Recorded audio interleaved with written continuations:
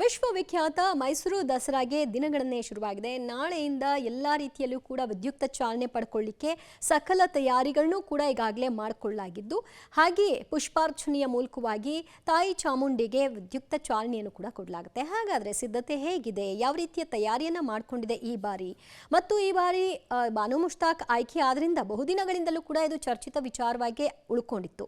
ಈಗ ಬಾನು ಮುಷ್ತಾಕ್ ಅವರು ಉದ್ಘಾಟನಾ ಕಾರ್ಯವನ್ನು ಯಾವ ರೀತಿಯಾಗಿ ಹಿಂದಿನಿಂದಲೂ ಕೂಡ ನಡ್ಕೊಂಡು ಬಂದಿರೋ ರೀತಿಯಲ್ಲೇ ಮುಂದುವರಿಸ್ಕೊಂಡು ಹೋಗ್ತಾರಾ ಅಥವಾ ಏನಾದರೂ ಬದಲಾವಣೆಗಳಾಗತ್ತಾ, ಈ ಒಂದು ಉದ್ಘಾಟನೆಯ ನಂತರದಲ್ಲಿ ಏನಾದರೂ ಹೇಳಿಕೆ ಕೊಡ್ತಾರಾ, ಇದು ಕೂಡ ಪ್ರಮುಖವಾಗಿ ಗಮನಿಸಬೇಕಾಗಿರುವಂತಹ ವಿಚಾರ.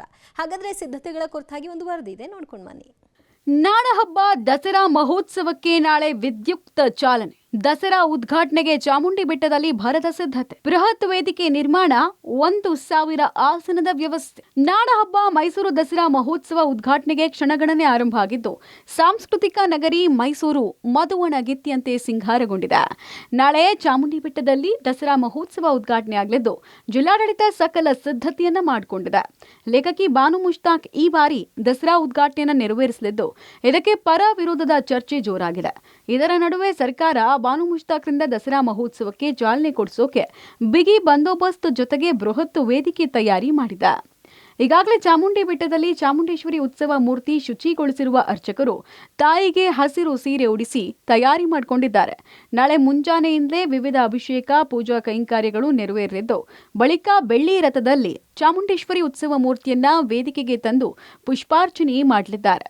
ಬೆಳಗ್ಗೆ 10:10ರಿಂದ 10:40 ವೃಶ್ಚಿಕ ಶುಭ ಲಗ್ನದಲ್ಲಿ ಚಾಮುಂಡೇಶ್ವರಿ ಉತ್ಸವ ಮೂರ್ತಿಗೆ ಲೇಖಕಿ ಬಾನು ಮುಷ್ತಾಕ್ ಪುಷ್ಪಾರ್ಚನೆ ಮಾಡಿ ದಸರಾ ಉದ್ಘಾಟನೆ ಮಾಡಲಿದ್ದಾರೆ. ಎಂದಿನಂತೆ ಮಹಾನಸ್ತುದಾಭಿಷೇಕ, ಪಂಚಾಮೃತಾಭಿಷೇಕ, ವಿಶೇಷವಾಗಿ ಹಂಸವಾಹಿನಿ ಅಲಂಕಾರ ಆಗಿ ನಾಳೆ ವಿಶೇಷ ಆಗಿರ್ತಕ್ಕಂಥದ್ದು. ಅಂದರೆ ಬಂದಂಥ ಅತಿಥಿಗಳ ಕೈಲಿ ದಸರಾ ಉದ್ಘಾಟನೆ ಆಗ್ತಕ್ಕಂಥದ್ದು.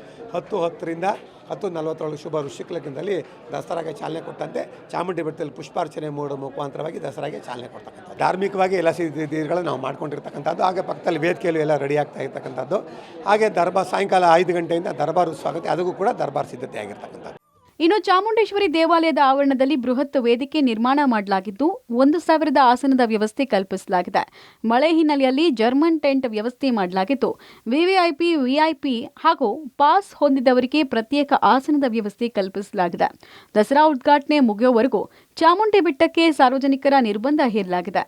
ಉದ್ಘಾಟನಾ ಕಾರ್ಯಕ್ರಮದಲ್ಲಿ ಸಿಎಂ ಸಿದ್ದರಾಮಯ್ಯ ಸೇರಿ ಹಲವು ಸಚಿವರು, ಶಾಸಕರು, ಸಂಸದರು ಭಾಗಿಯಾಗಲಿದ್ದಾರೆ.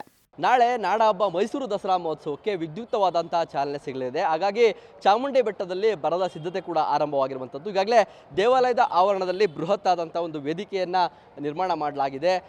ಈ ಒಂದು ವೇದಿಕೆಯಲ್ಲಿ ನಾಳೆ ಲೇಖಕಿ ಬಾನು ಮುಷ್ತಾಕ್ ಅವರು ಈ ಒಂದು ನಾಡಹಬ್ಬ ದಸರಾಗೆ ಚಾಲನೆಯನ್ನು ನೀಡ್ತಾ ಇದ್ದಾರೆ. ಚಾಮುಂಡೇಶ್ವರಿ ಉತ್ಸವ ಮೂರ್ತಿಗೆ ಪುಷ್ಪಾರ್ಚನೆಯನ್ನು ಮಾಡುವಂಥ ಮೂಲಕ ಸುಮಾರು 10:10ರಿಂದ 10:40 ಸಲ್ಲುವಂಥ ವೃಶ್ಚಿಕ ಶುಭ ಲಗ್ನದಲ್ಲಿ ದಸರಾ ಮಹೋತ್ಸವಕ್ಕೆ ಚಾಲನೆ ಸಿಗಲಿರುತ್ತೆ. ಆ ನಿಟ್ಟಿನಲ್ಲಿ ಈಗಾಗಲೇ ಎಲ್ಲ ರೀತಿಯ ಸಿದ್ಧತೆಗಳನ್ನ ಮಾಡಿಕೊಳ್ಳಲಾಗಿದೆ. ವೇದಿಕೆ ಈಗಾಗಲೇ ನಿರ್ಮಾಣ ಆಗಿರುವಂಥದ್ದು. ಒಂದು ಭಾಗದಲ್ಲಿ ಚಾಮುಂಡೇಶ್ವರಿಯನ್ನು ಹೊತ್ತಂಥ ಅರ್ಜುನನ ಒಂದು ಚಿತ್ರವನ್ನು ಇರಿಸಲಾಗಿದೆ. ಮತ್ತೊಂದು ಭಾಗದಲ್ಲಿ ಚಾಮುಂಡೇಶ್ವರಿ ಚಿತ್ರವನ್ನು ಇರಿಸಲಾಗಿರುವಂಥದ್ದು. ಮಧ್ಯದಲ್ಲಿ LED ವಾಲ್ ಕೂಡ ಬರುತ್ತೆ. ಜೊತೆಗೆ ಈಗಾಗಲೇ ಈ ಒಂದು ಸ್ಥಳದಲ್ಲಿ 1,000 ಆಸನದ ವ್ಯವಸ್ಥೆಯನ್ನು ಕೂಡ ಕಲ್ಪಿಸಲಾಗಿರುವಂಥದ್ದು. ಕೇವಲ ಆಹ್ವಾನಿತರಿಗೆ ಮಾತ್ರ ಅವಕಾಶವನ್ನು ಕಲ್ಪಿಸಲಾಗಿದೆ. ಸಾರ್ವಜನಿಕರಿಗೆ ನಿರ್ಬಂಧ ಕೂಡ ಇರುತ್ತೆ. ಉದ್ಘಾಟನೆ ಸಂದರ್ಭದಲ್ಲಿ ಯಾವುದೇ ರೀತಿಯ ಸಾರ್ವಜನಿಕರಿಗೆ ಅವಕಾಶ ಇರೋದಿಲ್ಲ, ಕೇವಲ ಆಹ್ವಾನಿತರಿಗಷ್ಟೇ ಅವಕಾಶ ಇರುತ್ತೆ. ಈಗಾಗಲೇ ಚಾಮುಂಡೇಶ್ವರಿ ದೇವಾಲಯದ ಆವರಣದಲ್ಲಿ ಆಸನದ ವ್ಯವಸ್ಥೆಗಳನ್ನು ಕೂಡ ಕಲ್ಪಿಸಲಾಗಿರುವಂಥದ್ದು. ಜೊತೆಗೆ ಮಳೆ ಇರುವಂಥ ಹಿನ್ನೆಲೆಯಲ್ಲಿ ಜರ್ಮನ್ ಟೆಂಟ್ ವ್ಯವಸ್ಥೆಯನ್ನು ಕೂಡ ಕಲ್ಪಿಸಲಾಗಿದೆ.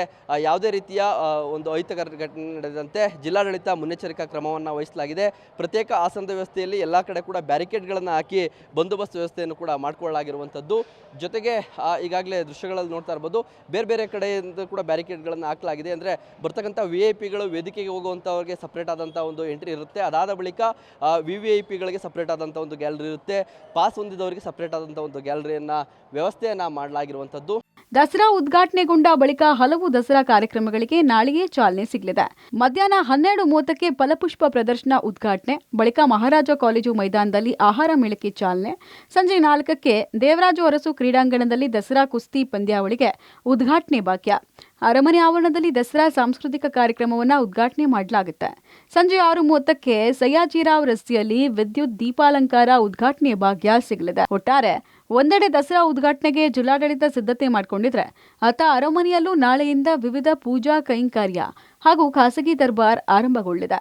ನವರಾತ್ರಿಯ ವೈಭವ ಕಣ್ತುಂಬಿಕೊಳ್ಳೋಕೆ ಲಕ್ಷಾಂತರ ಪ್ರವಾಸಿಗರು ಮೈಸೂರಿನತ್ತ ಬರ್ತಾ ಇದ್ದು ಪ್ರವಾಸಿಗರ ಆಕರ್ಷಿಸೋಕೆ ಮೈಸೂರು ಸಜ್ಜಾಗಿದೆ. ಕೆಪಿ ನಾಗರಾಜ್ ಜೊತೆ ವಿನಯ್ ಬಸಪ್ಪ, ಪಬ್ಲಿಕ್ ಟಿವಿ, ಮೈಸೂರು.